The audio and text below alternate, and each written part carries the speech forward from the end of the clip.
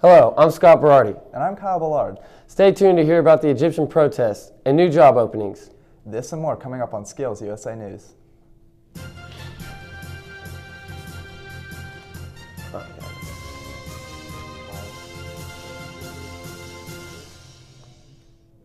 Recently, protesters began rioting outside the Egyptian president's palace after 60 people were killed by security forces.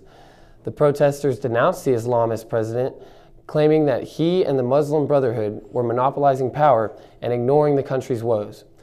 They began hurling stones and firebombs through the palace gates, but security forces responded by throwing tear gas into the crowds, temporarily driving them away from the palace gates. Occurring on the same day as the riots, a suicide bomber attacked the American embassy in Turkey. This would be the second attack on a U.S. embassy in the past 5 months. Though not connected to the riots, officials say the attack came from a leftist domestic militant group, and U.S. officials are warning Americans to stay away from all U.S. diplomatic facilities in Turkey.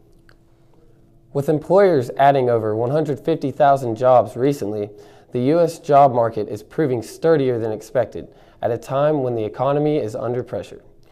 Labor Department's estimated job gain for the final months of 2012 has risen to a new high. This has led to real estate prices rising with a rebound on home construction while adding to economic growth. In other good news, 2 small planes landed safely after a collision in College Station. This mid-air collision damaged most of the gear on the aircrafts. One of the planes contained a student pilot and her instructor, while the other plane had a single pilot. The planes were operating in uncontrolled airspace and neither was in contact with the air traffic controllers. The collision is under investigation. Super Bowl Sunday is approaching, and the coaches of this year's rival teams are siblings. John Harbaugh, the coach of the Ravens, and Jim Harbaugh, the coach of the 49ers, will be facing off this Sunday. In their latest news conference, someone asked the brothers if they have ever considered teaming up and coaching together. The coaches have stated that working together would be very beneficial, although they both still have a couple of years left in their contracts with their current teams.